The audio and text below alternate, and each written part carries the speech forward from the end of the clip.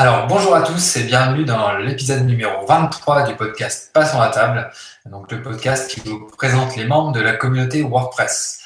Alors, aujourd'hui, j'accueille Émilie Lebrun, que vous avez déjà certainement croisé si vous êtes venu à un WordCamp, mais aussi, elle fait aussi parler d'elle sur le web et dans la communauté.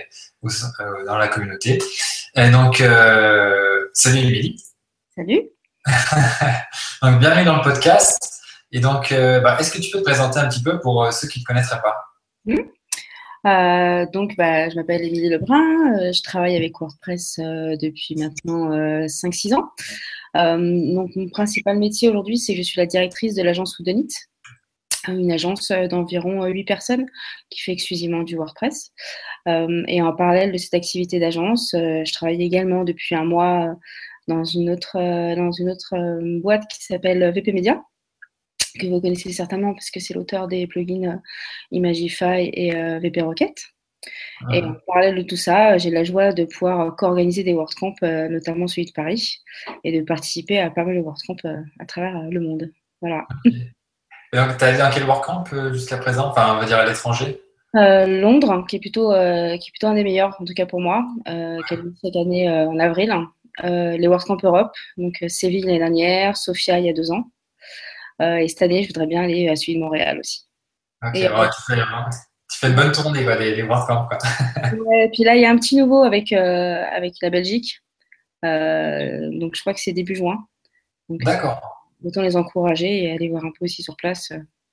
Ok, ouais, d'autant que c'est pas très loin de chez moi, donc ça pourrait être aussi l'occasion d'y aller. Ok, bon, on reparlera peut-être des WordCamp tout à l'heure. Mais du coup, je pense qu'on va commencer par parler un petit peu de ton expérience en agence, donc agence WordPress là, pour le coup.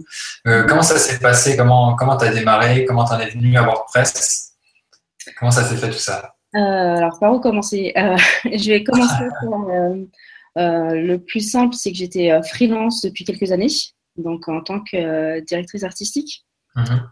Et je travaillais chez un client qui était Canal+, et j'en avais un petit peu assez de faire que la partie design. Donc, j'ai un petit peu commencé à travailler avec des freelance développeurs.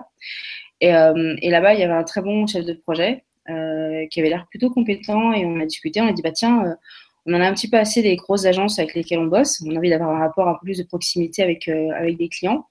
Donc, Mhm. on a dit, allez, soyons fous, lançons notre propre agence. Donc, on a commencé à 3 en 2009. Et de 3, on est passé à 4, et etc., jusqu'à grandir aujourd'hui à 8 personnes. Et au départ, on était plutôt sur du développement spécifique. Donc, on avait un développeur qui utilisait Symfony. Et on a très vite eu le sentiment qu'il fallait qu'on se spécialise sur un CMS, mais on voulait vraiment que ce soit open source. On avait connu à Canal+, des CMS propriétaires, donc on savait que c'était une façon de, entre guillemets, de retenir son client, mais c'était pas forcément une façon qui nous intéressait nous. On Mhm. aimait beaucoup la philosophie de l'open source, donc on a commencé avec Joomla. On a fait un premier projet et pour avoir un peu regardé, ça nous a pas forcément beaucoup plu. Et en parallèle, on a commencé à regarder WordPress. On a dit, ouais, côté back-office, ça a l'air plutôt pas mal. Donc, pour moi qui n'avais pas un profil technique, je comprenais plus facilement tout de suite WordPress. Mhm. Notre dev a commencé à regarder comment ça fonctionnait. Il a dit, bon, ça a l'air plutôt pas mal. Et en même temps, on a un client qui est venu nous demander un site WordPress. Donc, on s'est dit, bon, bah, allez-y, c'est parti. On va se lancer dans le grand bain. Et on est très content de l'avoir fait parce que depuis 6 ans, on ne fait aujourd'hui plus que ça.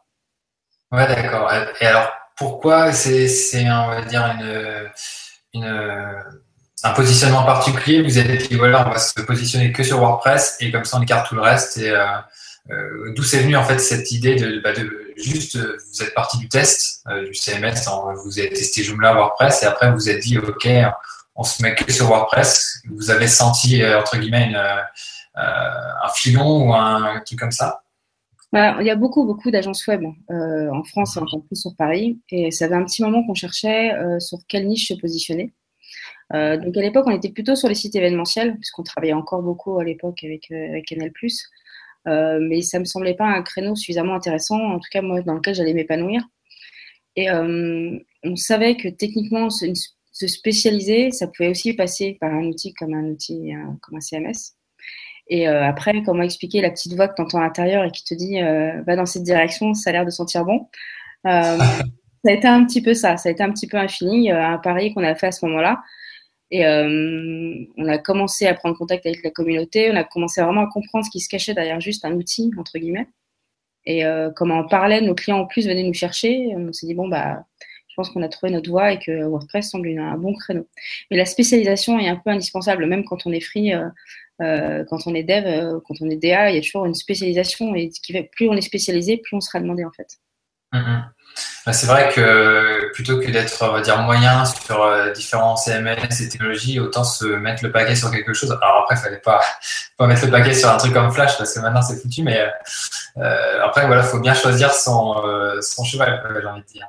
Ouais, il faut savoir changer. Ouais. Donc a priori, WordPress c'est pas fait pour s'éteindre d'ici deux semaines, mais du coup, qu'est-ce qui vous a, on va dire, séduit un peu le plus dans WordPress, mis à part peut-être sa communauté et le fait qu'il soit open source? En premier, de mon côté, moi, ce qui m'a plu, c'est l'interface. Et c'était le côté plugin. Donc, je me suis dit, je ne suis pas technique. Je peux comprendre ce qui se passe techniquement. Et en plus, si j'ai besoin d'ajouter sur mon site une nouvelle fonctionnalité, j'ai le repo et j'ai accès à des centaines et des milliers de plugins. Donc ça, c'est le premier point qui m'a plu personnellement, le pouvoir d'être autonome en fait dans la construction de son site.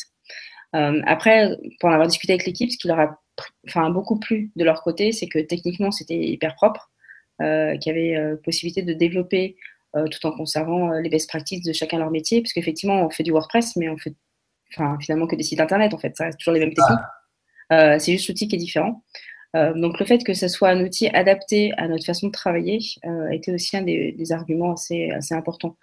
Que ce soit bien évidemment adapté pour le SEO. Voilà, il y avait pas mal de choses qui, à ce moment-là, faisaient que c'était plutôt le bon choix.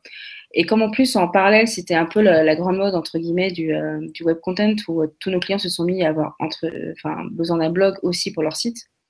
Comme à l'époque, WordPress était aussi connu pour la partie blog, ça nous a aussi aidé, nous, entre guillemets, à le vendre un peu mieux à nos clients. Ok. Et d'ailleurs, là, en parlant de blog, justement, c'est un petit peu une croisade que tu as. Je pense qu'on en reparlera plus en détail tout à l'heure, mais effectivement, pour ceux qui nous écoutent et qui sont pas encore au courant, WordPress, maintenant, ça ne sert plus qu'à faire des blogs. donc ouais, voilà. Et donc, ouais, alors tu trouves que voilà, par rapport aux autres CMS, WordPress se différenciait vraiment dans tout ce que tu viens de dire, quoi. Joomla, c'était les cauchemars, quoi, plutôt. Je dirais pas que c'était le cauchemar, mais disons à l'époque, quand j'ai commencé à regarder un peu comment ça fonctionnait, je me suis moins retrouvée que dans WordPress. Et c'est aussi le premier écho que j'avais eu côté technique, parce que c'est surtout eux qui décident au final sur quelle techno on va se spécialiser. Ils sont à l'aise. Et donc voilà, ils s'y retrouvaient un petit peu moins qu'avec WordPress. Et il y a eu aussi l'effet de demande au même moment. C'est-à-dire que si au même moment, on avait eu 9 demandes sur 10 qui demandaient du Joomla, on se serait posé d'autres questions. Oui. L'ensemble des demandes qui étaient faites étaient principalement sur WordPress. On a aussi eu envie de creuser de ce côté-là. Ok. Et du coup, alors, tu m'as dit que c'était en 2009 que vous avez lancé votre agence, c'est ça? C'est ça. Donc là, on est en 2016, alors vous avez dû faire une paire de sites, je pense. Quelques-uns, ouais.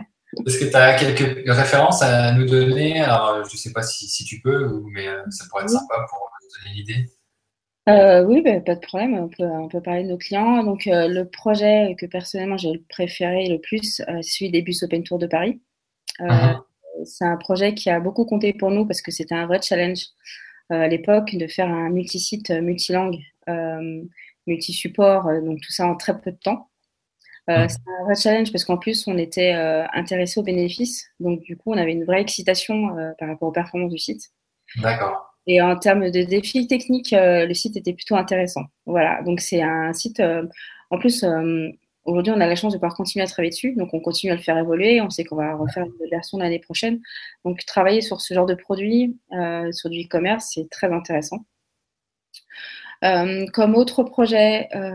Excuse-moi, et du coup, c'est quoi comme technologie qu'il y a en dessous? C'est des choses qu'on connaît ou c'est. Pour la partie e-commerce. Ouais, enfin, e-commerce, multilingue, qu'est-ce que vous avez choisi comme Comme plugin, on a choisi WooCommerce pour la partie e-commerce. Donc, ouais. on est très content d'utiliser ce plugin-là. Pour la partie multilingue qu'on va arrêter, c'est VPML. D'accord. Voilà. Après, est-ce qu'il y a d'autres plugins intéressants dessus? De toute façon, c'est surtout autour de ces deux plugins-là. Oui, c'est les deux plus gros, quoi. Parce que les combinés, ça peut être super facile, quoi, je pense. Exactement. Ok. Ok, bah vas-y, si tu as peut-être encore une ou deux autres références. Le dernier projet vraiment technique très très complexe qu'on a fait, c'était pour TéléZ, où on avait une problématique de grille TV, donc ce qui n'avait jamais été fait sur WordPress, en tout cas pas à ma connaissance, et qui en termes de construction de base de données était plutôt un vrai casse-tête pour nos développeurs, parce que l'insertion de 21 jours de programme fois je ne sais plus combien de chaînes, en gros, je sais plus, des milliers de programmes au quotidien. Voilà, c'était un vrai défi technique. Puis un site pour la marque TLZ, on était assez contents. Ça faisait une jolie référence pour notre agence. Ouais. Sinon, autant, qu'est-ce qu'on a. Enfin, j'allais dire, on a plein de marques intéressantes. On était très contents de travailler pour les pages jaunes aussi, par exemple. Ok. Pour leur partie Business Center. Voilà, c'était toujours des marques intéressantes. En fait, on a la chance de pouvoir travailler pour des grandes marques, que ce soit Pierre et Vacances ou BNP. Donc, on a, entre guillemets, la renommée de la marque. Parfois, travailler pour des plus petits projets où on a un peu plus de liberté peut être aussi totalement intéressant, en fait. C'est vraiment deux typologies de clients. D'accord. Ouais. Et du coup, justement, il me semble que tu avais présenté ce projet avec TDZ à un WordCamp, je crois. Ouais, c'était au WordCamp Lyon de l'année dernière, exactement. Ok. Donc, j'en mettrai les slides de la conférence en dessous de la vidéo. Et puis, je mettrai aussi les liens des sites pour que les gens puissent voir un petit peu ce que ça donne. Parce que là, du coup, c'est vraiment des projets complexes réalisés avec WordPress. Là, on s'éloigne vraiment du blog. Enfin, il n'y a même pas de blog dessus, j'imagine. Si, en fait. Et bah oui, sur TéléZ, il y a une grande partie actualité éditoriale. Ok, ouais, Donc, voilà, tout ce qui est actualité autour des programmes, donc tout ça, ça utilise la partie article. ok. Donc, j'imagine que l'administration doit être bien chargée, quoi. Oui. Parce que tu dois avoir des types de contenus en pagaille, des taxonomies, tout ça. Voilà. Alors, pas forcément pagaille, parce que l'ensemble des contenus ne sont pas forcément mis côté back-office. Mais Ouais. par contre, il faut pouvoir les récupérer en back-office. Par exemple, les programmes ne sont pas rentrés tous en back-office, puisqu'il y en a des centaines de milliers. Mais il faut pouvoir les appeler en back-office pour pouvoir faire le lien avec une actualité programme, par exemple. D'accord. Ah oui, parce que ça va sûrement repiocher des infos dans d'autres bases de données, etc. Ok, ouais, ça marche. C'est plutôt un site assez complexe, celui de TéléZ. Ok, ça marche. Bon, bah super. Alors du coup, on va enchaîner. Et ben justement, pourquoi ils ont. Alors, est-ce que c'est vous qui leur avez proposé de prendre WordPress ou est-ce que c'est eux qui l'ont réclamé? Alors, historiquement, donc pour les bus open tour, c'est nous qui leur avons proposé WordPress. Ouais. Et en fait, au moment de l'appel d'offres, on leur a démontré que la seule façon d'obtenir ce qu'ils souhaitaient en termes de complexité et en termes de budget, WordPress paraissait comme la meilleure solution, notamment pour la partie multisite. Parce que le besoin de départ était de faire un site pour la ville de Paris qu'on puisse dupliquer pour Lyon, Nice, Marseille, Londres, New York, etc. Donc, D'accord. tout ça facilement en moins de 3 mois avec la version multilingue, e-commerce, multi-device. Voilà, on leur a démontré que WordPress avec un thème responsive ferait parfaitement l'affaire et que d'utiliser des plugins nous a quand même beaucoup gagné de temps en termes de développement. Donc, c'est nous qui les avons convaincus. A contrario, TéléZ est venu nous chercher parce qu'il cherchait une agence WordPress. D'accord. Et j'ai retrouvé une annonce qu'ils avaient postée d'ailleurs sur le support de la communauté francophone, comme quoi ils cherchaient, ils se posaient des questions si WordPress pouvait justement répondre à leurs besoins. Ouais. C'est vraiment eux, de leur côté, ils savaient qu'ils voulaient cette solution-là. Ils avaient juste des doutes sur la faisabilité technique, si on pouvait vraiment tout faire avec WordPress. Mais en tout cas, c'était leur demande. Et c'est vrai qu'aujourd'hui, la plupart de nos clients nous demandent WordPress. On n'a pas des clients qui viennent nous demander un site et qui ne savent pas s'ils veulent du WordPress. D'accord. Et qu'est-ce qui les motivait particulièrement dans WordPress TDZ? Parce que du coup, ils se posaient la question de la faisabilité technique, mais pourquoi ils n'étaient pas plus tentés par, je sais pas, Drupal par exemple ou autre chose? Je sais que le directeur avait déjà commencé à jouer avec WordPress. Il Ouais. avait vu le côté plugin qui l'intéressait fortement parce qu'il avait compris que quand il avait besoin de nouvelles fonctionnalités, on n'allait pas lui faire un devis à rallonge et qu'il savait exactement que telle fonctionnalité existait ou telle fonctionnalité était développable assez facilement en fait. C'est notamment pour ça, il savait qu'en termes de budget, WordPress serait une solution sûrement plus intéressante que Drupal. En termes de profil, c'est souvent pas les mêmes non plus. C'est-à-dire quand vous faites appel à des développeurs Drupal, à une agence Drupal, c'est pas forcément la même façon de travailler, les mêmes profils que si vous travaillez avec WordPress. D'accord. Ok.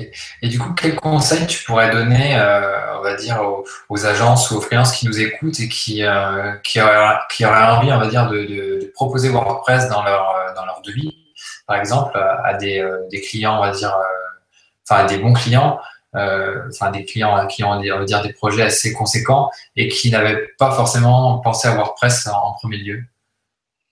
Alors, il faut déjà comprendre pourquoi ils n'ont pas pensé à WordPress en premier. Ouais. C'est souvent ça. Enfin, après, les freelances ou les agences, donc déjà, tout le monde ne se spécialise pas forcément sur WordPress.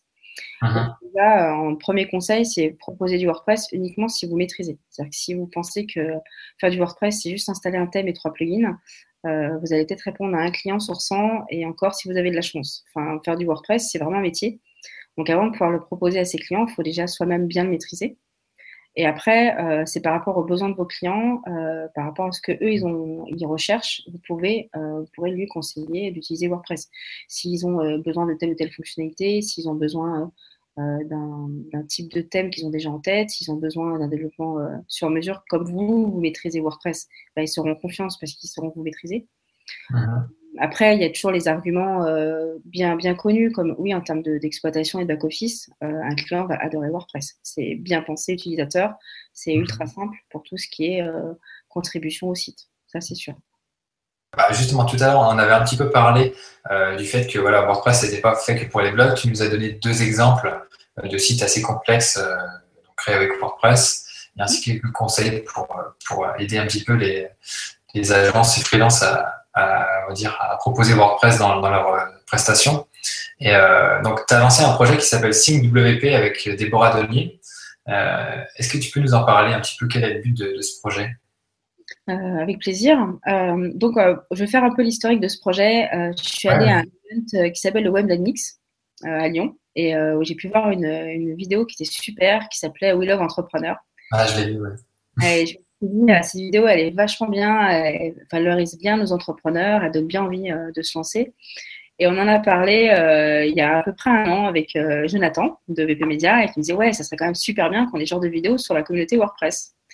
Donc ça faisait quelques mois que j'avais ça en tête et je revois Déborah Denier au VP Tech à Nantes qui me dit, bah tiens, je ferais bien une vidéo pour expliquer un peu le sérieux de WordPress et à quel point c'est une solution qui est utilisée par des entreprises qui sont quand même de taille parce que elle explique souvent à ses clients que c'est pas juste pour les blogs, elle a envie de montrer le sérieux de la communauté. Donc on s'est dit, bah tiens, entre ton idée et la mienne, il y a sûrement quelque chose à faire. Et donc on s'est dit, allez, c'est parti, lançons-nous dans ce projet qui est un petit peu fou de faire un beau portrait de la communauté française. Et si possible, dans le meilleur des cas, que ce concept puisse aussi s'exporter et que chaque communauté dans le monde puisse aussi faire comme ça un documentaire sur leur communauté WordPress en France. Et donc, le projet SyncVP, c'est vraiment inciter les gens à penser WordPress et donc expliquer pourquoi nous, on pense WordPress. Et ça veut dire quoi penser WordPress? C'est-à-dire pour nous, à quoi ça correspond, qui sont aujourd'hui les gens qui en vivent. Donc, montrer les entreprises qui font faire leur site sur WordPress, montrer toutes les startups et toute entreprise, les freelances qui aujourd'hui gagnent très bien leur vie avec WordPress. Donner des chiffres parce que quand même ces CMS-là en termes de statistiques est quand même assez imposant à travers la planète. Donc là, on a pas mal de choses à dire par rapport à cet outil. Et le principe de la vidéo est quand même c'est un média qui peut être quand même assez valorisant pour la communauté. Donc on s'est dit qu'il y avait un beau projet là-dessous. On a souhaité le faire en deux étapes. La première étape, j'ai envie de dire presque facile, qui est de faire un premier teasing.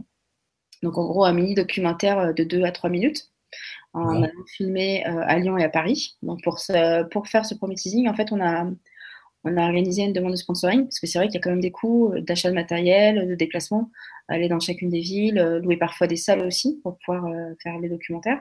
Mhm. On a fait appel à un sponsoring et comme la communauté a quand même très bien répondu présente, on a pu récupérer les premiers dons pour lancer ce teasing, donc fin avril, début mai. Donc il Mhm. reste, j'espère, avant cet été, la première partie. Ouais. Oui. Et dès que la levée de fonds pour la suite, enfin, la levée de fonds, le sponsoring réalisé pour la suite, on va organiser un tour de France qui sera, je pense, hyper enrichissant, d'aller à la rencontre de communautés. Il y a beaucoup de villes où il se passe beaucoup de choses sur WordPress, à Bordeaux, à Toulouse, à Strasbourg, à Nice, où c'est pas forcément des communautés qu'on connaît et où ils ont chacun leur propre écosystème et un vrai développement réalisé autour du CMS. Donc c'est intéressant d'aller aussi la rencontrer sur place et de voir les entreprises qui en vivent, quel type de clients sont sur WordPress dans les villes. Parce qu'en fonction des villes, on s'est rendu compte qu'entre, par exemple, Paris et Lyon, on ne communique pas du tout de la même façon. C'est-à-dire que les agences à Lyon vont moins valoriser le fait qu'elles travaillent sur WordPress. D'accord. Nous, à Paris, on va plus se mettre en avant. Ça nous apporte tellement de clients que, bien sûr, il faut qu'on le mette en avant. Contrairement à Lyon. Donc voilà, l'idée d'aller sur place, c'est aussi pouvoir comprendre pourquoi et peut-être les accompagner ville par ville, en fait. Ok, ouais, donc ouais, l'idée c'est d'essayer un peu de fédérer tout simplement davantage au-delà des WordCamp et des autres événements, pardon, de fédérer et aussi de donner, un peu comme je disais tout à l'heure, de montrer que voilà, WordPress c'est pas juste pour faire des blogs justement, on peut faire beaucoup de choses et donc j'ai retrouvé mon idée de tout à l'heure, c'est aussi de trouver des arguments supplémentaires pour faire passer d'autres projets à WordPress par exemple et convaincre peut-être des plus grands comptes ou enfin, même s'il y a déjà des beaux sites qui tournent sur WordPress, hein, il y a déjà, je crois, certains sites de Renault, Vinci, etc. Mais donc c'est vrai qu'il y a peut-être des entreprises de moins grande taille qui pourraient peut-être passer à WordPress avec, on va dire, quelques petits arguments supplémentaires, quoi. C'est ça, l'objectif, c'est de valoriser et les professionnels qui vivent aujourd'hui de WordPress pour montrer que WordPress, en dépit du fait que ce soit un outil gratuit, génère quand même suffisamment de chiffre d'affaires en France pour qu'il y ait plusieurs entreprises qui en vivent très bien. Et aussi montrer pourquoi les grandes entreprises comme LVMH, comme BNP, comme Pierre et Vacances, comme les Pages jaunes ont investi sur WordPress. Donc montrer ces marques-là, qu'elles communiquent sur le sujet, peut aussi inciter d'autres marques à passer sur WordPress. C'est vraiment, on a envie de sortir de la communauté, parce qu'on aime beaucoup notre communauté française, hein, on est très proches, voilà, mais on a envie que d'autres personnes extérieures qui font partie du monde du web connaissent un peu plus WordPress. C'est aussi l'objectif de ce documentaire.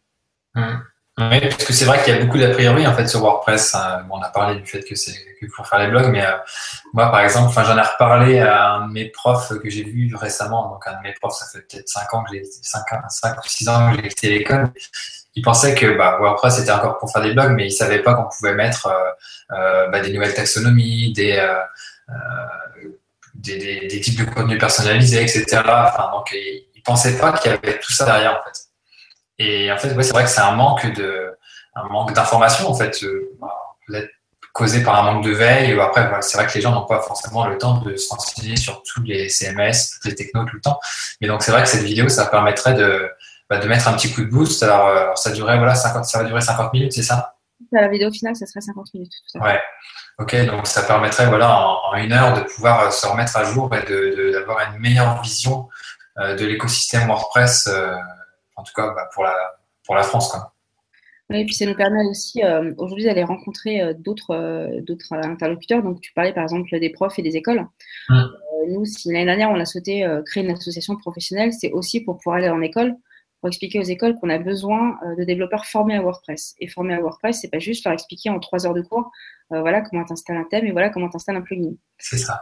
Voilà, leur expliquer que si en école vous formez les développeurs à WordPress, demain ils trouvent du boulot largement. C'est-à-dire qu'on a une vraie pénurie. On a beaucoup de mal à recruter des gens qualifiés sur WordPress. Ouais, donc en fait, c'est un moyen de stimuler l'écosystème et d'essayer de ramener de nouvelles personnes en fait pour faire grossir en fait l'écosystème français, quoi. Tout à fait. Ok, ok, bah super. Bon, du coup, en fait, c'est un petit peu une ambassadrice WordPress que j'ai envie de dire avec Déborah. Je ne pas que je suis une ambassadrice. En fait, quand on travaille sur WordPress, quand on utilise WordPress, on entend souvent parler de la contribution. Donc, comme WordPress est totalement open source et donc gratuit, pour qu'il continue à exister, il faut que chacun contribue, chaque utilisateur, entre guillemets, contribue à ce qu'il puisse rester là, en fait. Donc, il y a des milliers de développeurs qui développent, qui contribuent, il y a des gens qui font de la traduction. Du coup, quand je me suis dit, bon, qu'est-ce que je pourrais faire? Parce que moi, je suis pas développeuse, je suis pas forcément assez forte en anglais pour faire des traductions, je vais pas forcément créer des thèmes. Qu'est-ce que je pourrais faire pour la communauté? Et je me suis dit, la communication peut être un bon levier, donc être bien sûr sponsor, orateur en WordCamp, mais il faut aller plus loin et sortir des WordCamp. Donc aller à la rencontre d'entreprises pour leur expliquer que WordPress existe et voilà ce que ça apporte. Rédiger des articles, donc monter un blog pour dire voilà ce que permet de faire WordPress. Voilà aussi tout le business qui se cache derrière WordPress. Parce que les gens qui sont aujourd'hui à la recherche d'un nouveau challenge, qui sont freelance par exemple, qui veulent se spécialiser, aujourd'hui s'ils choisissent WordPress, s'ils se forment sur WordPress, ils ont vraiment un beau métier d'avenir.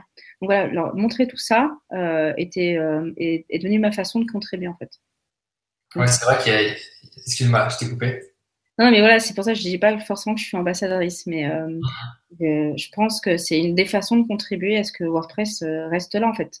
Parce que plus on va en parler, plus des clients et futurs clients vont se dire, bah tiens, WordPress, pourquoi pas. Ouais, c'est ça. Donc oui, comme tu disais, il y a pas que le côté technique en fait pour contribuer. Il y a pas mal de choses à faire. Comme tu disais, voilà, écrire des articles de blog, faire des vidéos. Là, le podcast, là, c'est un moyen de contribuer justement à la communauté. Donc voilà, on parle de WordPress. Là, donc c'est l'épisode 22 si je me trompe pas. Donc voilà, 22 épisodes qui parlent de WordPress, donc c'est quand même cool. Et ça permet de toucher voilà, de nouvelles personnes. Et je sais qu'il y a certains fans qui nous écoutent qui attendent ardemment de regarder chaque nouvel épisode. Donc ouais, c'est vraiment cool. Et comme tu disais, oui, ça permet de peut-être déclencher entre guillemets des vocations pour se lancer dans WordPress. Et comme tu disais aussi, il y a de quoi faire au niveau boulot. Donc voilà. Ouais, WordPress, c'est beaucoup de métiers, hein, parce qu'on parle souvent des développeurs, mais c'est beaucoup. Ouais. Il y a des gens qui font du marketing, il y a des gens qui font du design pour WordPress, il y a des gens qui sont formateurs, il y a des gens qui font du SEO.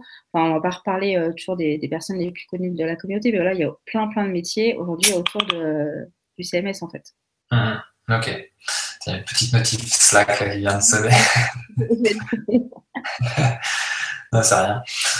Ok, bah, du coup, on va terminer. Attends, sur quoi on va terminer? Bah, tiens, on va reparler de WP Media. Du coup, on en parlait au début d'interview. Alors, comment que ça s'est fait, cette arrivée chez WP Media? On va dire VP, ça sera plus simple. Et du coup, sur quoi tu vas bosser là, chez eux? Alors, comment c'est venu? Bah, déjà, ça faisait un petit moment que j'avais envie de faire, entre guillemets, autre chose que seulement de l'agence web, que j'avais envie de me poser et de travailler sur d'autres challenges. Donc, j'avais commencé à prendre une voie plutôt sur la formation, parce que j'ai commencé à donner des cours justement dans les écoles. Ouais. Je pense que ce qui me manquait en cours d'école, c'était plutôt le côté marketing, le côté organisation que j'avais un peu perdu. Et en discutant différents WordCamp avec Jonathan, il a exprimé une idée qu'il avait, un certain besoin qu'il avait en tête. On en a rediscuté avec toute l'équipe, avec Jean-Baptiste, avec Julio et Jonathan tous les trois. Et moi, de mon côté, je me suis dit, bah, tiens, moi, ce qui m'éclaterait aujourd'hui, ça serait plutôt mettre en place des process, optimiser, puisque VP Media, c'est une très belle boîte, ça marche vachement bien. Ils ont des plugins hyper bien faits, les interfaces sont belles. Enfin, voilà, c'est quelque chose de très beau et sur lequel on a envie de travailler, en fait. Mhm. Voilà, on s'est dit mutuellement qu'il y avait sûrement quelque chose à faire avec nos compétences communes en fait. Et donc c'est pour ça que je les ai rejoints au 1er mars comme directrice de l'exploitation en fait. Donc D'accord. mon rôle principalement c'est de mettre en place un peu plus d'organisation, de suivre un petit peu qui fait quoi, d'optimiser ça un maximum, d'apporter aussi des touches marketing. Donc c'est un peu mieux communiquer sur certains sujets, parce qu'ils le font déjà très bien, mais il y a d'autres leviers qu'on peut encore activer aujourd'hui. Enfin voilà, c'est un rôle super intéressant. Puis travailler avec une équipe de 14 personnes réparties sur l'ensemble de la planète, c'est super cool. Ouais, c'est un beau challenge. Donc en fait, ouais, tu seras un petit peu la maman qui va chapeauter, consolider tout ça, quoi. Ce nom de maman me poursuivra, je crois. Ah, mince. Ah oui, j'étais pas au courant là. Ouais, ça revient souvent, ce côté maman. Ouais, enfin, j'aime pas trop dire le côté maman parce que c'est pas forcément ça, mais ouais, c'est un petit peu. Pour les materner un petit peu, quoi. Ouais, non, mais je dirais pas les materner. En fait, je pense que c'est comme toute entreprise, quand tu as le nez dans le guidon, au bout d'un moment, ça fait beaucoup de bien d'avoir quelqu'un d'extérieur qui dit Mhm. voilà ce qui se passe vachement bien et voilà ce qu'on peut améliorer. Et du coup, ça aide à prendre du recul en fait. Et moi, c'est quelque chose que j'aime beaucoup faire, c'est aider à prendre du recul, à se poser des bonnes questions pour justement mettre l'étrier un peu, enfin, aller un peu plus haut encore que ce qu'on a aujourd'hui. Ok. Et du coup, tu as des idées déjà de questions que tu vas les aider, enfin, les aider à se poser ou tu veux pas partager ça tout de suite, comme tu le sens? Et ben, j'ai envie de dire, vous verrez. Ok, on verra bien alors. Ça marche. Et du coup, ça va, tu arrives à gérer au niveau de tes journées, ça fait pas beaucoup entre l'agence et aussi la start-up? Bah, j'ai dû arrêter surtout les cours Ouais, parce que d'accord. voilà. Disons qu'entre l'activité de l'agence, les cours et avant les WordCamp, c'est vrai que ça prenait déjà pas mal de temps. Ouais, c'est ça. Là, le WordCamp pareil est fini, donc ça me permet de récupérer un peu plus de temps. Et donc, je dois arrêter les cours. Mais effectivement, l'organisation du temps et des semaines, c'est un vrai calcul savant. Tout est question d'organisation. Et en fait, on se rend compte qu'au final, moins on travaille, plus on est efficace. C'est-à-dire que j'ai fait l'inverse pendant des années. Pendant des années, je me levais hyper tôt, je travaillais hyper tard. Et en fait, quand tu as la liberté du temps, tu peux laisser traîner. Alors que là, je sais que j'ai tant d'heures par semaine dédiées à Whodunit, donc je dois être ultra efficace. Je fais moins de choses, je fais des choses plus précises et du coup plus rentables. Ce qui fait que, en fait, toute l'équipe de Whodunit a aussi gagné en indépendance, ce qui n'était pas forcément le cas avant. Donc tout le monde se retrouve très bien dans cette nouvelle organisation et tout le monde s'épanouit beaucoup mieux que dans le côté avant où, entre guillemets, tout passait plus par moi parce que j'étais ultra présente, en fait. L'obligation, j'allais dire, quand tu n'as plus le choix de devoir t'organiser et réduire le temps, ça permet quand même de prendre des meilleures décisions. Donc, je reste toujours présente à Whodunit. Donc, je suis quand même certains clients, certains projets et la méthode globale et puis même la stratégie de l'agence. Mais la plupart de mon temps, enfin, le plus gros de mon temps aujourd'hui sera côté VP Media. Ok. Ouais, du coup, ouais, bien penser à ça, c'est un conseil global qu'on peut donner, même si on ne fait pas de WordPress, mais c'est bien penser à se fixer des deadlines, comme on dit, mais c'est vrai que des fois, on a tendance à vouloir bosser. Et moi, j'en ai fait l'expérience là, il n'y a pas longtemps avec Maxime et Nicolas là, pour WP Chef, pour le tournage justement une partie du tournage. On était vraiment hyper serré pour la finalisation parce qu'on devait rendre le matériel, donc on devait vraiment terminer une heure très précise. Et on a fini genre 10 minutes avant de partir, quoi. C'était vraiment pile poil. Et en fait, on s'est tellement mis la pression qu'on y arrivait, en fait. Donc, au global, quand tu te mets la pression vraiment sur une date, généralement, sauf cas exceptionnel, tu trouves les ressources pour arriver à t'organiser et parvenir à tes objectifs. Ouais, tu sais, c'est les deux types d'élèves que tu as en classe. C'est les élèves, tu sais, quand tu sais qu'ils ont une rédaction, une dissertation à remettre, il y en a qui s'y prennent 2 semaines à l'avance, et il y a ceux qui font la veille. Voilà. Je pense que moi, j'ai toujours fait la veille et j'aime bien travailler comme ça, en fait. C'est clair. Bon, moi, j'étais peut-être 3 jours avant, mais c'était plus sur la fin qu'autre chose aussi. Ok. Et du coup, merci Émilie. Du coup, merci d'être venue dans le podcast. Alors, dis-nous où est-ce qu'on peut te retrouver sur Internet? Me retrouver sur Internet. Notamment sur le site de mon agence, donc whodunit.fr. Donc maintenant le site de vp-media.me. Et j'ai notamment aussi un blog qui s'appelle VP-Pro. Ouais. Vous trouvez mes derniers articles. Okay. Du coup, on n'a même pas parlé de ce blog. On peut en parler 5 minutes. Tu peux me présenter? Avec plaisir. Donc, je cherchais sur quel sujet écrire depuis un petit moment. Et j'avais envie un petit peu de faire des retours d'expérience et toujours dans la même idée directrice de, j'ai envie de dire, lancer des vocations et donner envie de travailler avec WordPress. Et aussi valoriser les gens qui travaillent avec WordPress. Donc, est venue par conséquent l'idée de ce blog où en gros tu vas retrouver quelle marque aujourd'hui utilise WordPress. Donc c'est des revues web avec chaque mois on essaie de citer les différentes marques qui utilisent WordPress. Ça va être des retours sur le business, quelle idée de business on peut avoir avec WordPress, comment expliquer à notre client que pourquoi c'est pas gratuit, pourquoi installer un plugin c'est un vrai métier et c'est pas juste entre guillemets installer un plugin. Voilà, c'est plutôt ce type de conseil dédié vraiment plutôt à un public professionnel en fait. Ouais. Je voulais surtout pas faire un énième blog sur comment installer WordPress ou des tutos, des choses comme ça. J'avais vraiment envie de plus rédiger et accompagner sur la partie pro, quoi. Ok. Non, mais c'est vrai que c'est quelque chose qu'il n'y avait pas, donc carrément, c'est une super idée. Ok, je mettrai le lien du coup dans la description de la vidéo. Et puis, tu as un Twitter aussi, tu as oublié d'en parler. Oui, mon Twitter Addict to Work. Donc voilà, je le mettrai aussi en dessous.